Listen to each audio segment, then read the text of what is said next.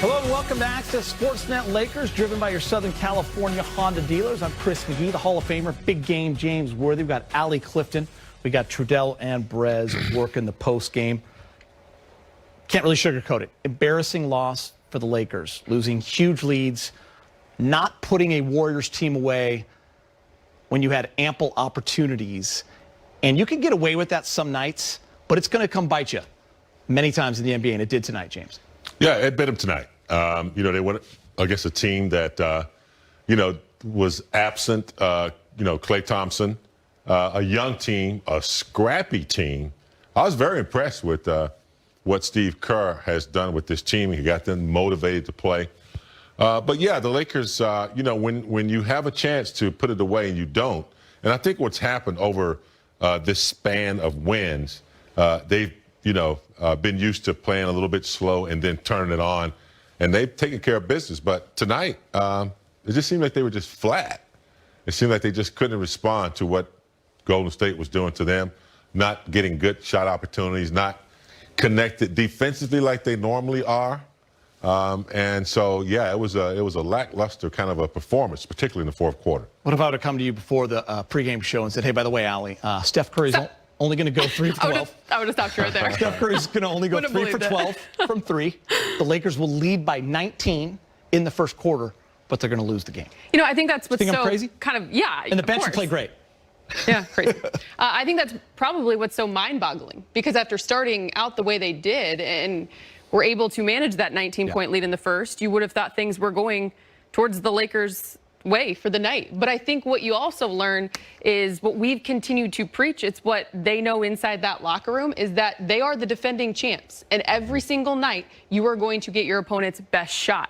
And also with that comes players who may outplay themselves. I mean, Kelly Oubre is averaging 11 points this season. We're talking about how he can't even throw it into the ocean. And he has 23. 23. His season high. Pascal off the bench. Ties his season high with 19. I mean, guys are just playing out of their minds. So Andrew Miller, our graphics producer, he's a Bay Area guy. He's a huge Warrior fan. We told him to build a fourth quarter collapse full screen, and he did. And I think he did it with a smile on his face, because it was a collapse, colossal collapse. The Warriors outscored the Lakers 34-21. Field goals were 14 of 23, 6 of 19. Lakers an embarrassing 1 for 9 from 3. But here's some other ones, James. They were up 9 with 5 minutes left in this game. They didn't score for over 4 minutes after that. They had 4 turnovers in the final few minutes. Warriors went on an 11-0 run. I mean, pick which one's the worst. I don't know. Lakers didn't. Defense has been, pretty good, and they're used to winning. And I think you have to beware of that internal clock that says, okay, we'll be able to turn it on. But what happens is we get the defense going, layups, the bench players for Golden State out-hustled. There's things that we normally don't see. We saw in the fourth quarter in particular. Yeah, I mean, this is a Warriors team, minus Klay, as we mentioned. Draymond's getting back. Steph's getting back. It's a young team. They outscored the Lakers 67-49. Here's the thing, Allie. The Lakers are not going to be perfect. Right. I know we want them to be every single night, but the Warriors played harder tonight. Yeah. 67-49 in the second half. Coming in, Steve Kerr made the point that they're just not in sync right now offensively. I think they turned the corner of it tonight, because I think at the end of the day, you mentioned how different the Warriors are to what we're so accustomed to seeing. But their system, their style of play, and who they are going to be and want to be about, because you still have that guy, that dominant force in Steph Curry running the show, they're still going to pass the ball. They're going to move that basketball offensively, and they're going to get after it on the defensive end of the floor. And when you put that all together and you continue to stick with that, good things will happen. And tonight, that's what happened for the Warriors. Yeah, and Frank said it. He said it early in this game when he said it to the team and when he was interviewed. Like, you can't let this team hang around because of that guy. And sure, Steph was 2 for 11 at the time, but he hits the big 3 with a minute left to put them up 5. Kelly Oubre, they had an interesting conversation about him. Reggie was saying, listen, he, social media, fans around the NBA, he was supposed to be that guy to kind of fill the role when Klay tore his Achilles, and he has really had an up and down rough season. Well, tonight he came to play. 23 points, 9 of 18, James. Well, they didn't take care of him early, and he sat in that corner and just got busy. That's where he was, down in that deep corner. And, Ali said he did it everywhere. And the way they moved the ball, they're going to make the defense give him something. And, you know, he was just under control, attacking the Lakers defense. And, you know, they just never met his energy. So a guy who's been cold and hadn't been going his way, you always have to be aware of him. And, you know, Ali mentioned it early, too. They are the defending champions. They're going to get this every night. Yeah. Even from the worst teams in the league, they're going to come out and play hard. So that's another dimension that the Lakers have to get used to. And they built up a 19-point lead coming off of, what, 6 straight wins, 5 straight wins. They looked so good. And then it just kind of, they took their foot off the gas, Allie. Yeah, and when you do it against a team, as we've been talking about, who can really light it up, and once you knock down 1 and 2, it becomes contagious. It's tough. It's tough to just flip the switch against every team, as Geeter mentioned, but especially you don't want to do it even if the Warriors are average right now. You don't want to do it against a team like them because they're too capable. And when they put you on your heels and then the shots aren't falling, the one thing when you look at the Lakers coming into tonight in that 5-game winning streak, the ball was moving on the offensive end of the floor, 26 assists on average, and tonight just 23. Shots weren't falling. And you know what happens when shots aren't falling? It becomes tougher on the defensive end, and it makes you want to, you need to dig in even more so deeper, and you're doing it against a team that has caught fire. Yeah, and the Lakers got such poor shots down the stretch. We were seeing those final 3 minutes, long twos, nothing in sync, no actions. And what's interesting, we're going to show you guys right here, they're still in this game. Right. Schroeder misses that free throw, makes the second one. They're down 2. Steph misses that layup. The Lakers get the ball with 12 seconds. The indecision, James, was shocking to me with those kind of guys. That's difficult. Go ahead, Allie. I agree with you. I want the ball in LeBron's hand because I think what we've learned over the course of his career, if he's not taking the shot, he's going to get you the right play. He's going to make the right play. I think in that play right there, not that he thought that Schroeder may have been open, but it looked like he was swinging it to Schroeder to get it down low to AD, and I don't think he got enough position to deliver. Yeah, and the Warriors defended that well at the end. You saw Oubre come over and help, and he got back to Schroeder, so I don't know, tough one. All right, let's get to the highlights at Staples Center. Let's hear from Frank Vogel speaking with Mike Trudell and the media on Zoom. Hey, Frank, what did you think happened tonight? We got outplayed in the second half. Simplest way to put it. You know, we didn't defend at the rate that we've been the last few games, or that we did in the first half. You know, they downsized with the second unit, gave us some problems. You know, and then offensively, we got hesitant, tried to overpass a few different times, and you know, we didn't have a great offensive fourth quarter to try to close things out. Just that final sequence there after you get the rebound, what was your thinking? And sometimes, of course, you get a good shot if you go down and don't call the timeout, but how did that play evolve, and what were you seeing before you finally got one? Yeah, we had a chance to attack in transition before their defense was set. We wanted to look at that when you know, when it was clear that we weren't going to get a great look in transition. We called a timeout, and you know, we got a decent look with LeBron, you know, coming up to gut. Dave. Frank, you were teed up for your reaction to Schroeder getting pushed to the ground, or like taking contact and falling to the ground, and then there was that sequence where LeBron was called for a travel, and then Draymond scored in the lane, and some of the guys were called for a travel. How much do you think the officiating affected tonight's outcome? I don't have anything to say about the officiating. Dan? Frank, how did you feel about kind of just the overall late game organization? It seemed like you guys had a little of a hard time to kind of get in and out of stuff. Yeah, really we got hesitant, you know, and you know, that's an area, you know, it's an early game in the season, that you watch that, and it's an opportunity to learn from it. You know, we like I said, we just got hesitant on the offensive end, a little casual. You know, I'd say it's at certain points in the game, which you can't do with a lead against a team like that has great firepower. And you know, their pressure was decent. I thought most offensive possessions we were organized, but you know, like I said, we either hesitant or overpassed, and you know, has had a lot of lost possessions in the fourth. Kyle. Frank, obviously, you know, you guys are on the winning streak. Your last 4 games have been blowouts. Do you feel like, you know, perhaps you can maybe take a little complacency from that, and that might have contributed to what happened today? No, I think if we came out sluggish, we could say that. I thought we came out with great energy, built up a big early lead. We just didn't sustain it. Just one of those lessons that we can learn from. Last two. Bill? Kyle kind of asked my question, but I guess could you speak a little bit more about the lesson of complacency and taking your foot off the gas, and how can you apply that in a season when you are going to have a target on your back the rest of the way? Well, yeah, it's a 48-minute game. Our guys understand that, and sometimes if you do it and you don't take a loss, you don't learn the lesson. So, hopefully our guys will learn that lesson from this game. It wasn't all complacency. I mean, you credit the Warriors.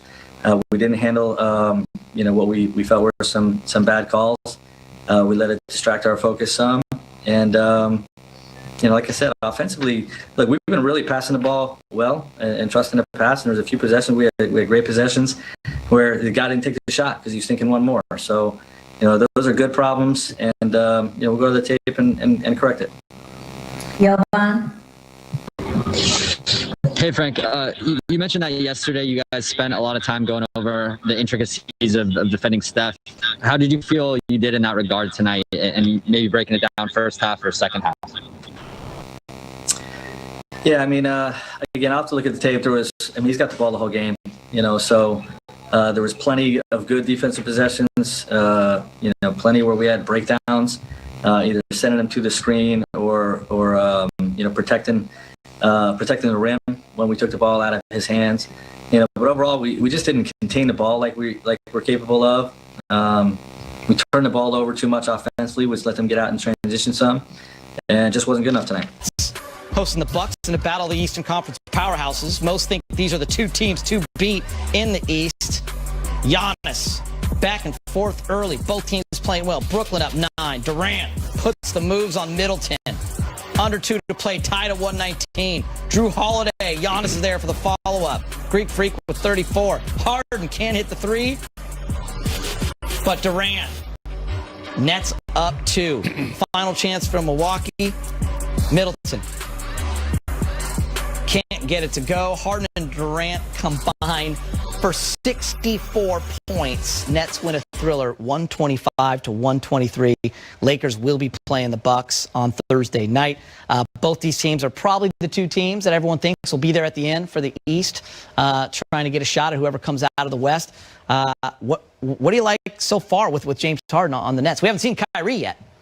It's going to be fun. It's going to be fun to watch. Yeah, that team's going to be tough. It's going to be fun to watch. And, Steve Nash's biggest challenge is how does he make that work? I mean, you got 3 offensive powerhouses. How's the defense going to work? How are the role players going to fit in there? It's still yet to be seen, but what we have seen thus far without Irving, they're just Harden and KD alone, man, that's 60 to 70 points a game potentially. It's going to be nice to watch and challenging to defend. I'm glad I don't have to defend those guys right now. I think the one thing we've all talked about along with that question, but we've all also talked about, is how elite of a scorer James Harden has been, that his assists, his ability to facilitate gets overlooked. And when you watch the Brooklyn Nets, these first 2 games with him in there, his willingness to give up the rock is there. Yeah. And at the end of the day, I mean, you're thinking about it, and of the 3 of them, he's the only one who has yet to win. And he's gotten to this point. He's got the scoring titles. He's got the MVP. One of the big reasons why it was said that he wanted out of Houston was to win. Yeah. So will he ultimately make that sacrifice that is needed? And right now, dishing the rock and being that guy is what he's playing up to. Lakers went 1-1 against the Bucks last year, lost in Milwaukee, beat them right before lockdown in March at Staples Center. Drew Holiday, great addition for that Bucks team. Giannis, still, we'll see what happens in the playoffs. He has to become that guy that can have the ball in his hands in the fourth quarter. So we'll see. All right, more to come on Access. Dennis Schroeder got it going off right there. I mean, you got to give props to this Warriors team. They kept competing, and we all kept saying during the game, Allie, when we were all watching, they're playing hard. You got to like this young team. They're playing hard. But then they started creeping back. You just knew that the Warriors are that kind of a team that could take this game over, especially with a guy like Steph Curry. And that's, you nailed it. When you got your foundation there, yes, they're without Klay Thompson, which is a big piece. Huge. But you still have Draymond Green. You still have Steph Curry. You still have Steve Kerr at the head of it all, and they're the dynasty of this age. And what they are putting into practice and trying to build until Klay comes back and continuing on is still what the Warriors have all been about, and that's competing and doing it on both ends of the floor. When you've played enough sports or watched enough like we have, you sense things. And the bench was so into it for the Warriors. They were off the bench. They were going crazy on every play. And you could just tell, James, that they were not going to go out quietly. I just give credit to Steve Kerr, because I could just hear him saying in practice, weeks ago, we're going to be without Klay. Look, this is what we need to do. Yeah. We need to keep our head in the game. It's a slow process.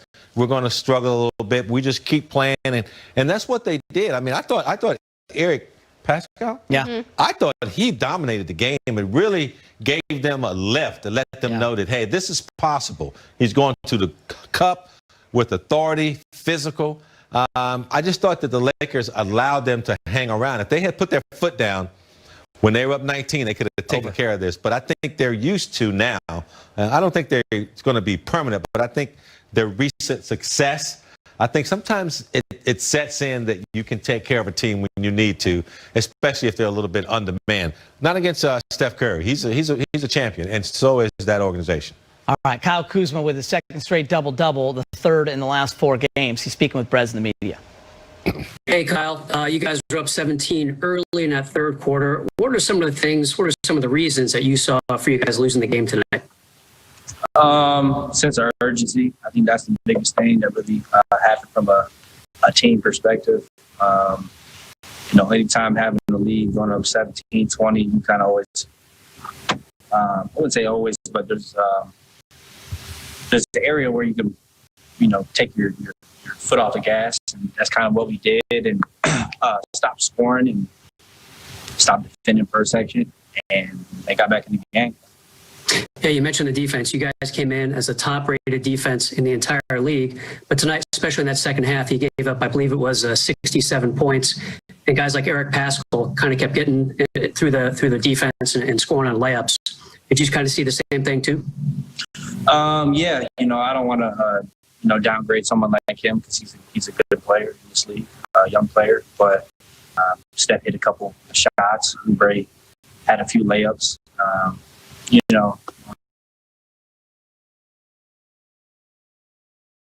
It happens. It's a long season. It's kind of hard to keep that sense of urgency of the team for 72 games, and we just let one slip. So. And Kyle, last one from me. You guys have been really shooting well from three-point range. Didn't happen tonight for you guys. Was that kind of a talk in the locker room? Offense kind of fell apart in the defense as well, as you've mentioned. No, nobody's never really worried, honestly. I don't want to downplay losses, but everybody's has the same spirit they've had all year. Does suck to lose, but it's not like we're dying in there. Thank you.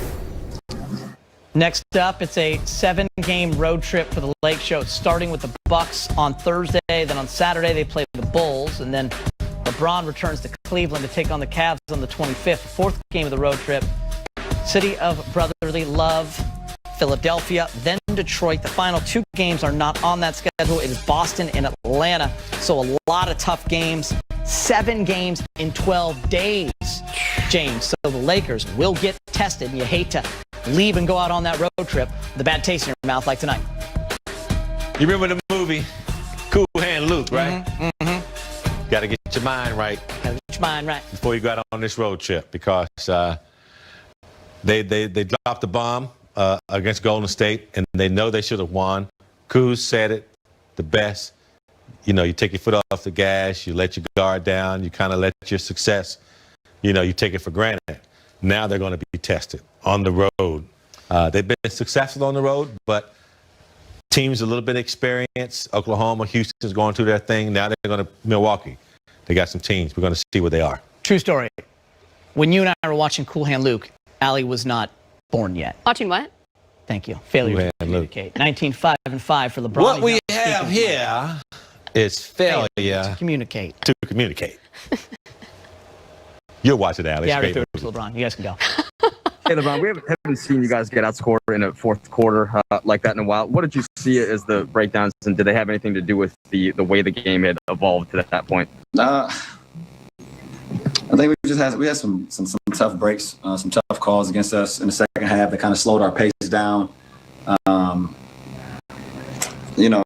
it just slowed everything down. We couldn't get back into a rhythm after the game was slowed down a little bit, and they did a great job of countering that. So something we can learn from, and it's always great to have games like that. Yeah, what's the balance between frustration at a loss that you feel like you should have had, and then also kind of acknowledgement of the bigger picture for you?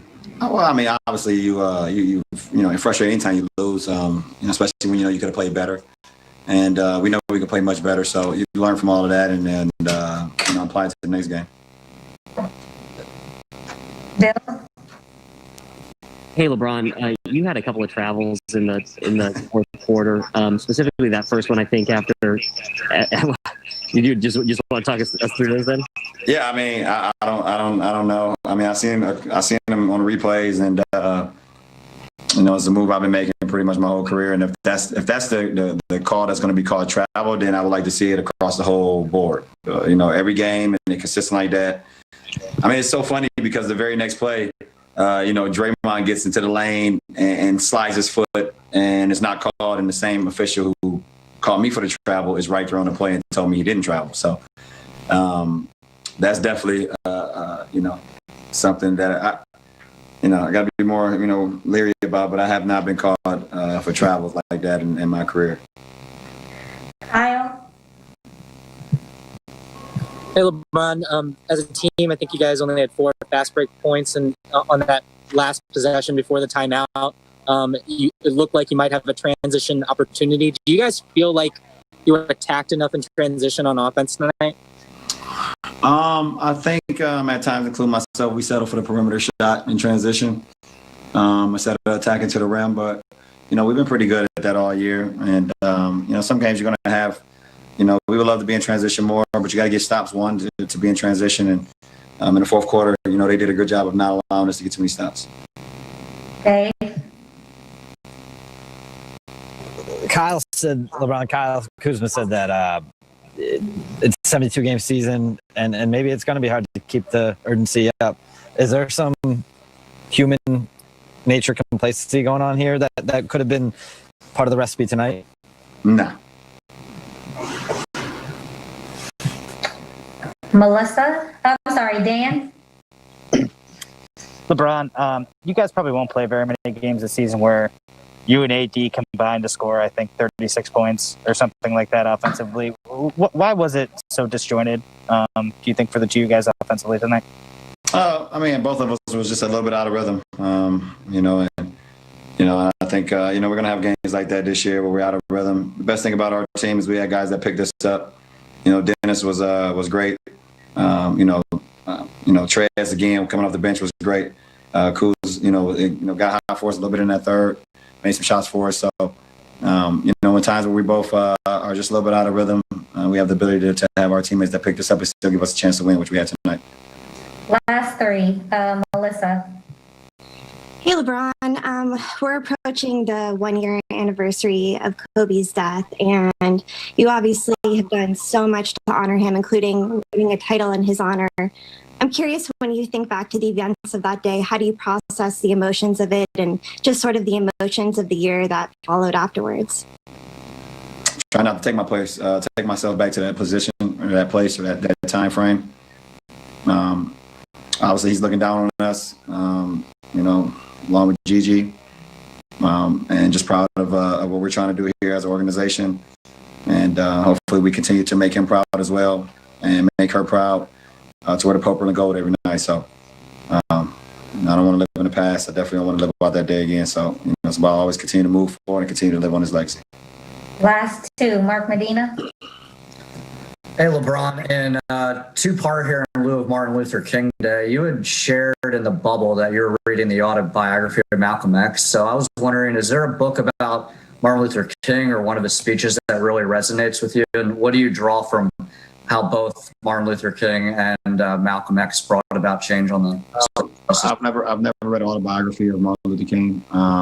Obviously I grew up in school, you get taught a little bit about him, especially during Black History Month, things of that nature. But as I continue to grow and continue to come into myself, you just read a lot of his teachings, a lot of his speeches, a lot of his forecomings and things that he believed in and things that he preached that would be better for the change of America and change for better people. So, when you just look at some of his most famous quotes and things that he was able to say to the people and believe in, it's things that we're going through right now. It's things that if we apply, then it will make our society a lot better.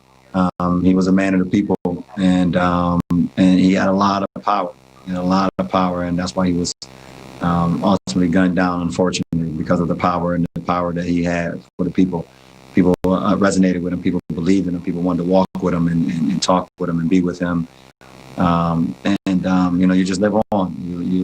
His legacy, along with Malcolm X, continues to live on about what they preached and what they. Back to Staples, AD is speaking with Mike in the media. Hey, AD, since you got here, fourth quarters have typically been a strong point. I just wondered if tonight's was in its own right, that kind of its own occasion, or if it was something that was building throughout the double-digit leads and such that you saw throughout the game. They were making tough shots. We stopped playing defense. We had a lot of turnovers late that we could have avoided. Other teams did the same thing to the Clippers. Down 22, come back and win. Our defense was really good to start the game. Even in the first half. I think we gave them a 33-point third quarter. To come out of halftime, defense just wasn't there. And then, they made some tough shots late in the fourth. But it was all, controllable. It wasn't nothing that they really did. Our rotation was bad. Getting backdoored, wide open shots from the perimeter, wasn't getting back in transition, wasn't talking and matching up. So every time we did that, it seemed like they made us pay. And down the stretch, what would you have liked to have seen on the offensive end of the floor in terms of maybe settling less for jump shots and attacking more? And how did that play out as the quarter went on? It seemed like it built on itself. Like to see us make some shots. We passed